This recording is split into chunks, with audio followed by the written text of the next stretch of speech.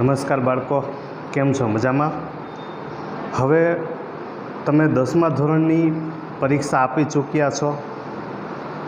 આગળ એક નવા લક્ષ્યાંક માટે, નવી મંજિલ માટે તમે ધોરણ 11 અને 12 સાયન્સમાં જઈ રહ્યા છો. તો તમે લોકો જાણો છો કે 11 અને 12 ધોરણમાં સાયન્સની અંદર એ અને બી બે ગ્રુપ છે. આ બે ગ્રુપમાં તમે મોસ્ટ ઓફ બધું જાણતા જ હો છો. એ અને બી ગ્રુપમાં, એ ગ્રુપમાં મેથેમેટિક્સ, બી ગ્રુપમાં બાયોલોજી,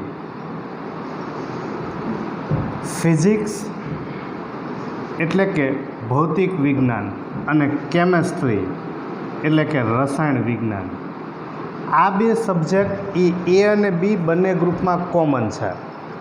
પણ જે લોકો બાયોલોજી ભણે છે બી ગ્રુપમાં, એ લોકોને ફિઝિક્સ તો આવવાનું જ છે. તો ફિઝિક્સમાં મેથેમેટિક્સનો ઉપયોગ આવે છે.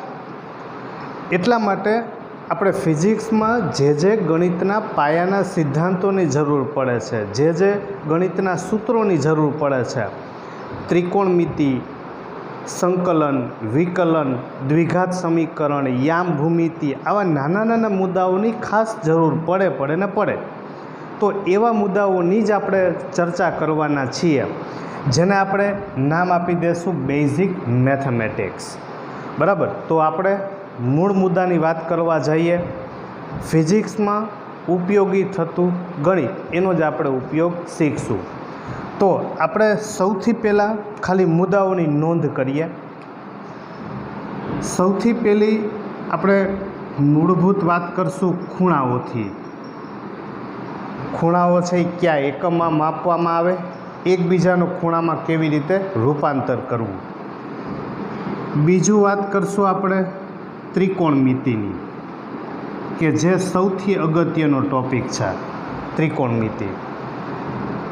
એના પછી વાત કરશું આપણે વિકલનની. એના પછી આપણે વાત કરશું સંકલનની. આ ઉપરાંત થોડી ઘણી જરૂરિયાત દ્વિઘાત સમીકરણની પડે છે. તો આ એવા મુદ્દાઓ છે કે જે આપણે આવડતા હોવા જરૂરી છે. તો આપણે શરૂ કરીએ. આપણો પહેલો મુદ્દો છે, એ છે ખૂણાઓ, જેને આપણે એંગલ્સ કહીએ છીએ. હવે ખૂણાઓ છે તો પેલો એક નાનકડો પ્રાઇમરી શબ્દ શીખી લઈ કે ખૂણો છે એ કેવી રીતે બને છે. તો કોઈ એક ઉદ્ભવ સ્થાનથી આપણે એક કિરણ દોર્યું અને એ કિરણ સાથે એની ઉપર સંપાતી ના હોય, સંપાતી એટલે કે એના ઉપર આપાત ન થતું હોય એવું બીજું કોઈ એક આપણે કિરણ દોરીએ, તો આ બે કિરણ એની વચ્ચે જે જગ્યા બને છે એ અલગ અલગ માપના ખૂણા બનાવે છે, જેને આપણે ખૂણો જ બોલીએ છીએ. આ આપણે પ્રાઇમરીથી શીખેલા છીએ. ધારી લ્યો કે હું આ કિરણમાં અહીંયા નામ આપી દઉં એ, બી અને અહીંયા નામ આપી દઉં સી. તો આ આપણી પાસે ખૂણો બની ગયો એ, બી અને સી. ખૂણાનું માપ જે કાંઈ હોય, 10 હોય, 20, 30, 15, 30 કોઈ પણ હોય, એ ખૂણાનું આપણે અહીંયા નામ લખીએ છીએ, એટલે કે એનો નંબર લખીએ છીએ.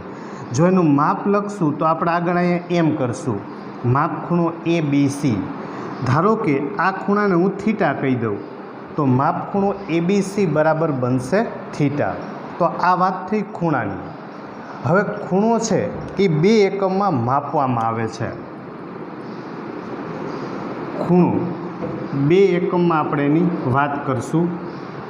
એક એવો એકમ કે જેને આપણે અંશ માપ કહીએ છીએ, અને બીજું માપ કે જેને આપણે રેડિયન કહીએ છીએ.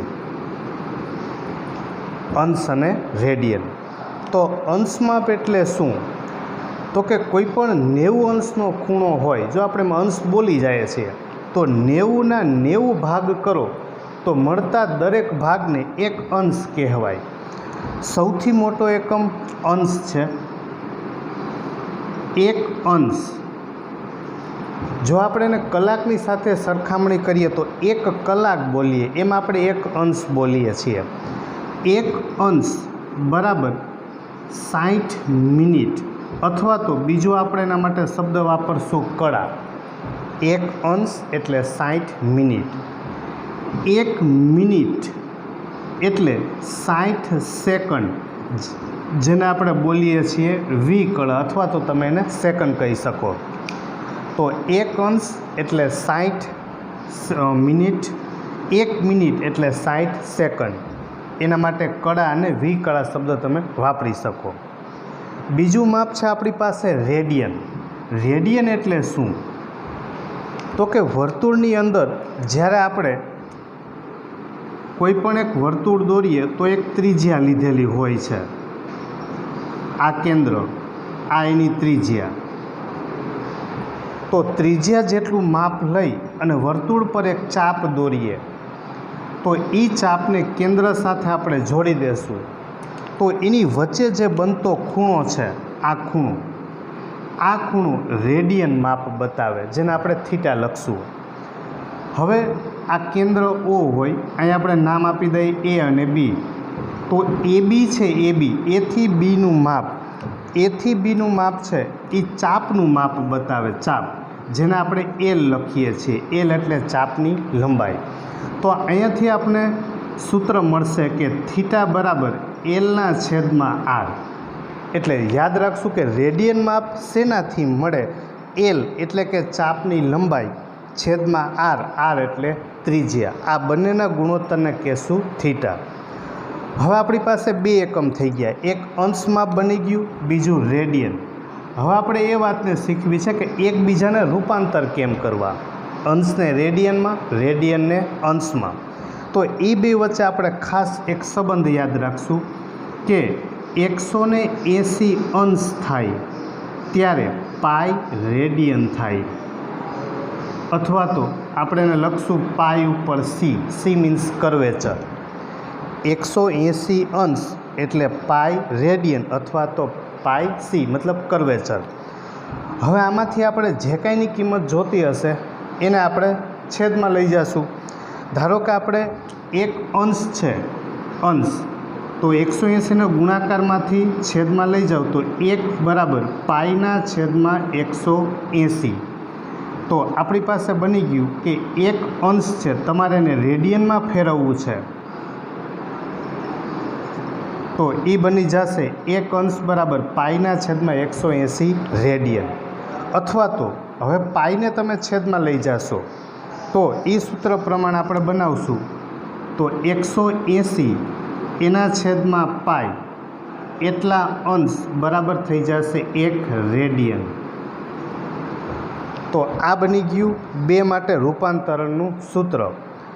જો ડાયરેક્ટ આપણને આ સૂત્ર ધ્યાનમાં ના રહેતું હોય અથવા તો યાદ રાખવામાં એમ લાગે કે મુશ્કેલી પડે છે તો સાવ સાદો ગુણોત્તર લઈ લેવાનો. વર્ષોથી આપણે ત્રિરાશિ મૂકતા શીખવાડેલી છે કે ધારો કે આપણને એમ કીધું હોય કે 30 અંશ બરાબર ખાલી જગ્યા રેડિયન.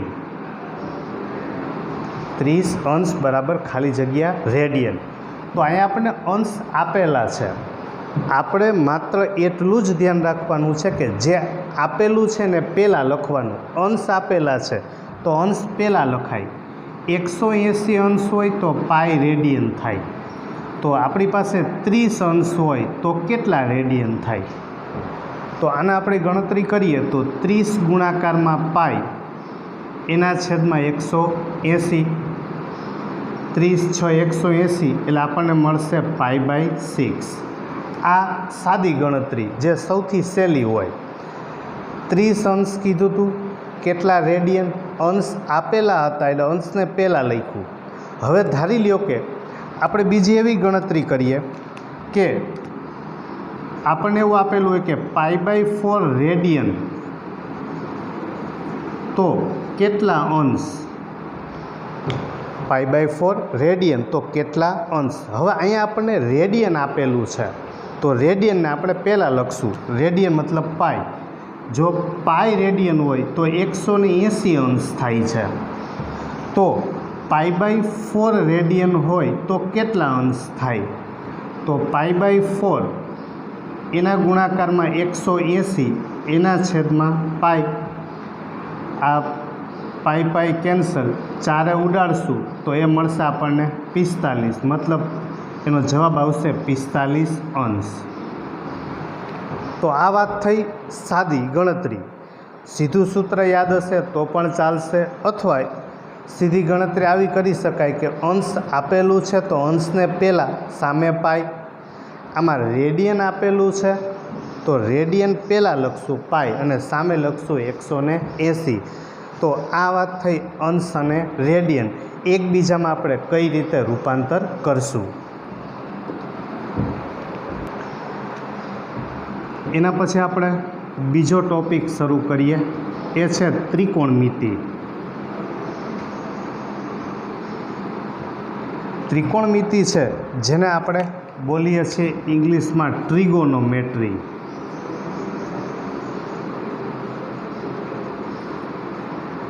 હવે ટ્રિગોનોમેટ્રી છે એ વાસ્તવની અંદર ગ્રીક ભાષાના 3 મૂળભૂત શબ્દોથી બનેલો છે. તો એની વાત કરીએ તો ટ્રાય, ગોન અને મેટ્રોન. તો ટ્રાય એટલે 3, ગોન એટલે બાજુ અને મેટ્રોન એટલે માપ, એટલે કે 3 બાજુનું માપન. આ ધ્યાન રાખો, આ ગ્રીક ભાષાના શબ્દો છે, નહીંતર આપણને એવું થાય કે ટ્રાય એટલે 3 કેવી રીતે થયું. આ ત્રિકોણમિતિની મૂળભૂત વાત થઈ નામની. હવે ત્રિકોણમિતિ છે એમાં આપણે કાટકોણ ત્રિકોણ ઉપર વાત કરીએ તો ત્રિકોણ ABC લઈએ, કાટખૂણો લઈ લેશું આપણે B. હવે એમાં એક ખૂણો આપણે દર્શાવી દઈએ થીટા, આ તો કાટખૂણો છે. A અને C 2 ખૂણા, બેમાંથી કોઈ પણ એકને આપણે થીટા વડે દર્શાવીએ. હવે આમાંથી જે ખૂણો થીટા છે એની આપણી પાસે 2 બાજુ છે. એક થીટાની સામે જોશું AB, જેને આપણે કહેશું સામેની બાજુ. થીટાની નજીકમાં એટલે કે BC, જેને આપણે કહેશું પાસેની બાજુ. હવે B કાટખૂણો છે તો કોઈપણમાં કાટખૂણાની જે સામેની બાજુ છે, કાટખૂણાની સામેની બાજુ, જેને કહેવાય છે કર્ણ. ફરીથી, કાટખૂણાની સામેની બાજુ એને કહેવાય કર્ણ. આ ખૂણો થીટા, એની સામે જોશું AB મળે, એ સામેની બાજુ, BC છે એ પાસેની બાજુ. હવે આમાંથી આપણે 2 બાજુના ગુણોત્તર લેતા જઈએ, 2 બાજુના ગુણોત્તર. તો એમાંથી પહેલો ગુણોત્તર આપણે લેશું જેને આપણે કહીએ છીએ સાઇન થીટા. વ્યવહારમાં લખીએ ત્યારે આપણે E નથી લખતા, ખાલી SIN લખીએ છીએ, પણ આખું નામ સાઇન થીટા. તો સાઇન થીટા એટલે સામેની બાજુ એના છેદમાં કર્ણ. આપણે નામને ટૂંકમાં જ લખીને યાદ રાખવાનો પ્રયત્ન કરશું. સા એટલે સામેની બાજુ, ક એટલે કર્ણ. એટલે આપણે એને ટૂંકમાં બોલતા જાય કે સા મતલબ સાઇન. બીજું પાસેની બાજુ માટે આપણે ગુણોત્તર લેશું તો એ મળશે આપણને કોસાઇન થીટા, કે જેને આપણે બોલીએ છીએ કોસ થીટા. વાસ્તવમાં આખું નામ કોસાઇન. કોસ થીટા એટલે પાસેની બાજુના છેદમાં કર્ણ. હવે સાઇન અને કોસ આ બંનેનો આપણે ગુણોત્તર લેશું એટલે ત્રીજો નામ આપણે ગુણોત્તર લખશું ટેન, કે જેને આપણે ટેન્જન્ટ કહીએ છીએ. ટૂંકમાં આપણે એને લખશું ટેન થીટા. તો ટેન એટલે સાઇનના છેદમાં કોસ, આ કકુ ગયું એટલે આ વધશે આપણી પાસે સાના છેદમાં પા, એટલે કે સામેની બાજુ છેદમાં પાસેની બાજુ. તો આ આપણી પાસે 3 ગુણોત્તર મળ્યા. સાઇન મતલબ શાક, કોસ મતલબ પાક, ટેન મતલબ સાપા. હવે આમાંથી આપણે એના જ સૂત્ર લખતા જઈએ તો ટેન થીટા બરાબર, ટેન થીટા એટલે શાકના છેદમાં પાક, શાક એટલે સાઇન અને પાક એટલે કોસ. તો આપણે આમાંથી પહેલું સૂત્ર આવું મળશે કે ટેન બરાબર થશે સાઇનના છેદમાં કોસ, અને આપણે ધ્યાન રાખશું. હવે આ ગુણોત્તરના આપણે વ્યસ્ત ગુણોત્તર લેતા જઈએ તો વ્યસ્ત ગુણોત્તર લેશું. પેલું છે સાઇન. સાઇનમાં આપણે વ્યસ્ત ગુણોત્તર લઈએ એટલે કે 1/સાઇન. 1/સાઇન જેને કહેવાય કોસેક. આખું નામ કોસેકાંટ થાય, ટૂંકમાં આપણે કોસેક લખશું. એના પછી સાઇન એનું વ્યસ્ત કોસેક. કોસનું વ્યસ્ત લેશું તો કોસનું વ્યસ્ત મળશે આપણને સેક થીટા. આખું નામ સેકાંટ કહેવાય. એના પછી ટેન. 1/10 તો ટેનનું વ્યસ્ત મળશે આપણને કોટ, જેને કોટેકાંટ કહેવાય. હવે ટેન હતું એટલે સાઇનના છેદમાં કોસ. ટેનનું વ્યસ્ત કર્યું જેને આપણે કહીએ છીએ કોટ. તો આના ઉપરથી આપણે બાજુમાં કોટનું સૂત્ર પણ બનાવી લઈએ. ટેનનું વ્યસ્ત કરશું એટલે કોટ. તો કોટ બરાબર કોસના છેદમાં સાઇન. આ મળશે આપણને એનું સૂત્ર. તો 2 ટેન બરાબર સાઇનના છેદમાં કોસ, કોટ બરાબર કોસના છેદમાં સાઇન. તો આ મુખ્ય ગુણોત્તર. આ મળ્યા આપણને એના વ્યસ્ત ગુણોત્તર. હવે એનાથી આગળ વાત કરવા જઈએ તો આપણી પાસે આ કાટકોણ ત્રિકોણ છે. તો કાટકોણ ત્રિકોણમાં પાયથાગોરસનો નિયમ તમે ઘણા વર્ષોથી શીખો છો કે કર્ણનો વર્ગ બરાબર બાકીની બે બાજુના વર્ગોનો સરવાળો. તો આપણે એની વાત લખીએ કે AC² બરાબર AB² પ્લસ BC². આવું આપણે પાયથાગોરસ પ્રમાણે લખી શકીએ. હવે આપણી પાસે કર્ણ છે. કર્ણ એનું માપ આપણે એકમ બનાવવું છે. એકમ મતલબ 1.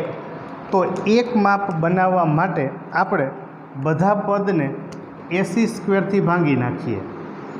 બધા પદ એને AC² આપણે ભાંગશું તો AC² ઉડી જશે. અહીંયા વધશે 1.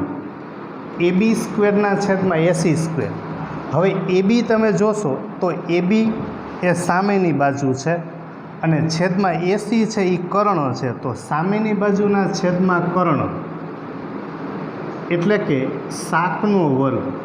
BC છે એ પાસેની બાજુ છે, AC કર્ણ છે એટલે કે પાકનો વર્ગ. તો શાક મતલબ સાઇન, પાક મતલબ કોસ. તો આપણે એની કિંમત લખીએ. સાઇન એટલે સાઇન, શાક એટલે સાઇનનો વર્ગ પ્લસ પાક એટલે કોસનો વર્ગ એના બરાબર 1. તો આ આપણને પહેલું સૂત્ર મળશે કે sin² plus cos² is equal to 1. સૌથી અગત્યનું સૂત્ર sin² પ્લસ cos² ઇક્વલ 1.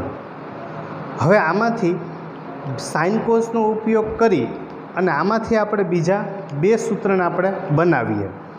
તો પહેલાં એવું કરીએ, આ જે સૂત્ર છે એના દરેક પદને આપણે sin² ભાંગી નાખીએ.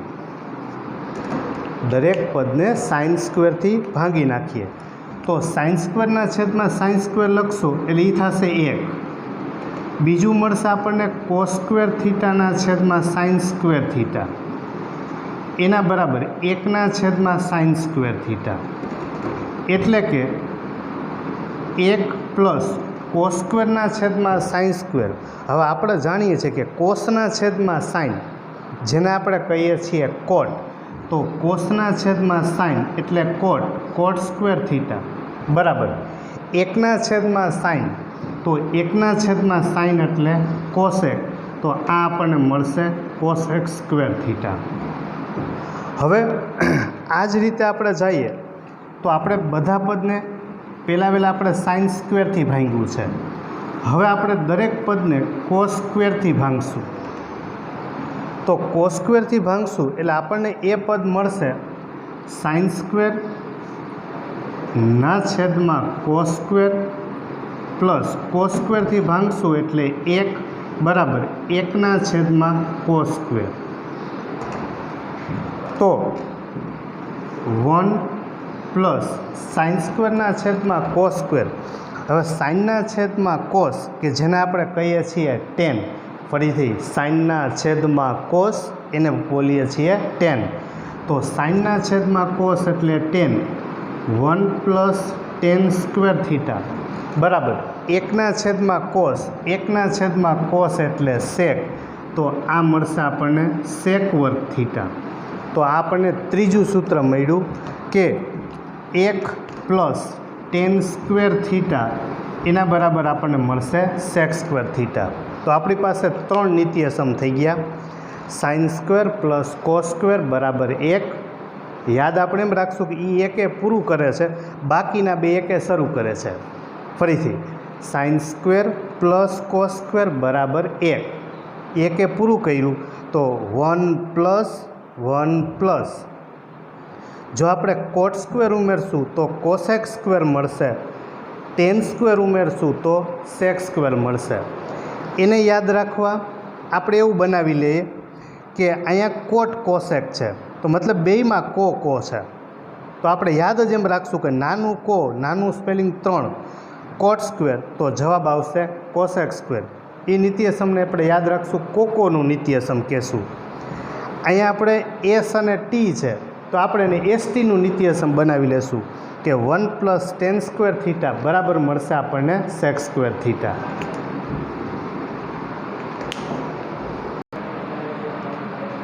હવે ત્રિકોણમિતિમાં એક અગત્યના ટોપિક બાજુ જઈએ. સૌથી અગત્યનો ટોપિક એ છે એકમ વર્તુળ. આ ટોપિક 11મા ધોરણમાં 12મા ધોરણમાં ફિઝિક્સમાં તો જરૂર પડે જ, પણ ગણિતવાળા માટે તો અતિ ઉપયોગી છે. તો એકમ વર્તુળ કે જેને કહીએ છીએ આપણે યુનિટ સર્કલ.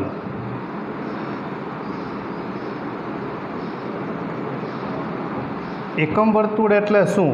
તો વર્તુળ તો આપણે જાણીએ છીએ, સાદી ભાષામાં કહીએ તો ગોળ ચકેડું. એકમ એટલે એક. જે વર્તુળ એની ત્રિજ્યા જ્યારે આપણે એક એકમ લઈએ, એકમ મતલબ તમે 1 સેન્ટીમીટર લ્યો, 1 મીટર લ્યો, કોઈ પણ એક માપ લેવાનું. તો એક ત્રિજ્યા લઈ અને દોરેલું વર્તુળ જેને કહીએ છીએ એકમ વર્તુળ. હવે એમાં આપણે એક વર્તુળ દોરીએ. હવે એ વર્તુળમાં એક્સ અક્ષ અને વાય અક્ષ જ્યારે લંબરૂપે છેદે ત્યારે 4 ભાગ બને. એ બનતા દરેક ભાગને ચરણ કહેવાય. હવે એ ચરણ આ એક્સ અક્ષ, આ વાય અક્ષ, આ એક્સ ડેશ, આ વાય ડેશ એટલે કે ઋણ અને આય ઋણ. આ 4 ભાગમાં આપણે એન્ટી ક્લોક સિસ્ટમમાં લખશું, એટલે કે વિષમ ઘડી દિશામાં. જો વિષમ ઘડી દિશામાં લખશું તો આ પહેલું ચરણ થશે, આ બીજું ચરણ, આ ત્રીજું ચરણ અને આ ચોથું ચરણ. આ 4 ચરણ બની ગયા. નંબર 12 લખેલા છે અહીંયા, આપણે ભેગું બધું ન દેખાય એટલા માટે. 1 2 3 અને 4 ચરણ બની ગયા. હવે આપણે એક્સ અક્ષ અને વાય અક્ષ જ્યાં છેદ એને ઉગમ બિંદુ કહેવાય. એના યામ 0 0 હોય, એક્સ ને વાય. ત્રિજ્યા આપણે એક એકમ લીધેલી છે. ધારો કે અહીંયા નામ આપી દઉં એ, અહીંયા કહી દઉં એ ડેશ, આ બી અને અહીંયા મળશે આપણને બી ડેશ. એક એકમ ત્રિજ્યા લીધેલી છે માટે એ છે એના યામ આપણને મળશે 1 0. શું કામ? એક્સ અક્ષ ઉપર હોય એટલે વાય યામ 0 હોય. આ ઋણ બાજુ જશું એટલે આના યામ મળશે આપણને -1 0. બીના યામ થશે 0 1 અને બી ડેશના યામ થશે 0 અને -1. વાય અક્ષ ઉપર છે એટલે એક્સ યામ 0, એક્સ અક્ષ ઉપર હોય તો વાય યામ 0. હવે એક એકમ એ એક્સ અક્ષ ઉપરનું માપ છે એટલે હંમેશા પહેલો યામ લખીએ છીએ એ એક્સ યામ હોય અને બીજો યામ છે એ વાય યામ થાય. આ વર્તુળ ઉપર જો આપણે કોઈ બિંદુ લઈએ, ધારો કે હું કોઈ એક બિંદુ લઉં, એનું નામ આપી દઉં પી. એ બિંદુને કહેવાય ત્રિકોણમિતીય બિંદુ અથવા ટૂંકમાં એને ત્રિબિંદુ બોલાય. હવે પી બિંદુમાંથી જ્યારે આપણે એક્સ અક્ષ ઉપર લંબ દોરીએ અને એ જ પી બિંદુમાંથી આપણે વાય એક્સ ઉપર લંબ દોરીએ તો અહીંયા આપણને આ જે અંતર મળે છે, ધારી લો કે હું અહીંયા નામ આપી દઉં સી, અહીંયા કહી દઉં ડી, તો પીસી માપ છે પીસી એ આ ઓડી જેટલું થાય અને ઓસી માપ છે એ આ ડીપી જેટલું થશે. હવે આપણે અહીંયા કાટકોણ ત્રિકોણ બનાવવા કોઈ પણ એક બાજુ લઈએ, ધારો કે આ ઓપીને હું જોડી દઉં એટલે આ બની ગયો કાટકોણ ત્રિકોણ ઓ સી અને પી. એમાંથી હવે આપણે જે એક્સ અક્ષ બાજુનું માપ છે આ ત્રિજ્યા છે જેને આપણે લખીએ છીએ આર, આ એક્સ અક્ષ ઉપરનું માપ મળશે, આ માપ આપણને મળશે વાય ઉપરનું. તો પી બિંદુ છે પી બિંદુ, તો પેલો યામ છે પેલો યામ એ હંમેશા કોસ હોય. કોસ એટલા માટે કે પાસેની બાજુ આ ખૂણો છે, આ ખૂણો એની પાસેની બાજુ ઓછી થાય એટલે પાસેની બાજુના છેદમાં કર્ણ, એટલે એક્સિયામ છે એક્સિયામ એ હંમેશા કોસ યામ હોય. એક્સિયામ હંમેશા કયો યામ થશે? કોસ. અને વાયયામ છે એ કયો યામ થશે? સાઇન. એટલા માટે કે વાય મતલબ આ ખૂણાની આ સામેની બાજુ થાય, સામેની બાજુના છેદમાં કર્ણ, સામેની બાજુના છેદમાં કર્ણ એટલે સાઇન. એ વાય ઉપરનું અંતર બતાવે. ઓસી છે એ એક્સ અક્ષ ઉપરનું બતાવે, પાસેની બાજુના છેદમાં કર્ણ. તો દરેક વખતે આપણે યાદ રાખશું કે પહેલો યામ કોસ હશે, બીજો યામ સાઇન. એ માત્ર કાટકોણ ત્રિકોણમાંથી જોઈ લેવાનું. હવે પહેલો યામ છે એ કોસ છે, બીજો યામ સાઇન છે. હવે આપણે બધા ખૂણા દર્શાવીએ તો આ 0, પછી પેલું ચરણ છે 0 થી 90, જેને આપણે રેડિયનમાં લખશું એટલે π/2, પાય એટલે 180 એના છેદમાં 2. પછી પાછા 90 ઉમેરીએ એટલે 90 ને 90 180 એટલે પાય. 90 180 પાછા 90 ઉમેરીએ એટલે 270 એટલે કે 3π/2. 3π/2 એટલા માટે કે π/2 એટલે 90 ગુણાકારમાં 3 270 પાછા 90 ઉમેરશું એટલે એ થશે 2π એટલે કે 360.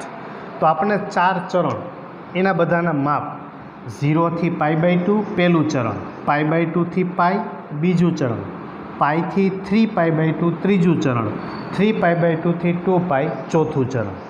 હવે આ બધામાં એક 4 ચરણમાં બધા વિધેય ધન છે કે ઋણ એવું આપણને મળી શકે. આપણે એને સીધું યાદ રાખશું કે પહેલું ચરણ છે પહેલું ચરણ, પહેલાં ચરણનું નામ છે ઓલ. ઓલ એટલે પહેલાં ચરણમાં બધા જ વિધેય ધન, બધા જ વિધેય એટલે 6 સાઇન, કોસ, ટેન, કોટ, સેક, કોસેક 6 પહેલાં ચરણમાં ધન થશે. બીજું ચરણમાં લેશું તો એનું નામ છે સાઇન, એટલે ટૂંકમાં આપણે બોલશું એને એસ. આ બધાની સાબિતી મળી શકે પણ આપણે માત્ર એના ઉપયોગ પૂરતું શીખીએ છીએ. એસ એટલે સાઇન, બીજા ચરણમાં સાઇન ધન થાય અને સાઇનનું વ્યસ્ત કરીએ એટલે કોસેક, તો કોસેક પણ કેવું થશે? ધન. ત્રીજું ચરણ છે ત્રીજું ચરણ ઓલ એસ, ત્રીજા ચરણનું નામ છે ટી. ટી મતલબ 10 અને કોટ આ બે પ્લસ થશે, એના સિવાય બાકીના બધા ઋણ થશે. All S T. ચોથું ચરણ લખશું એનું નામ છે સી. સી એટલે કે કોસ, તો કોસ અને સેક આ બે પ્લસ થશે. તો 4 ચરણ ઓલ એસ ટી સી. આપણે એને ફરીથી ઓલ એસ ટી સી. ઓલેસટીસીનો મતલબ ઓલ એટલે બધું, પહેલા ચરણમાં બધા વિધેય ધન થશે. એસ બીજા ચરણમાં સાઇન અને કોસેક ધન થશે. ત્રીજું ચરણ ટેન અને કોટ ધન, એના સિવાયના બધા ઋણ થશે. ચોથું ચરણ એમાં કોસ અને સેક ધન થશે, બાકીના બધા ઋણ થશે. આ વાત થઈ એકમ વર્તુળની. હવે આમાંથી આપણને દોરેલામાંથી જ 8 કિંમત સીધી મળી જશે. જો 0 છે પહેલી કિંમત એક્સ જે કોસ બતાવે, બીજું વાય એ સાઇન બતાવે. તો અહીંયા આપણે લખતા જઈએ કે CS, અહીંયા મળશે આપણને CS, આમાં મળશે CS, આને કહેશું CS.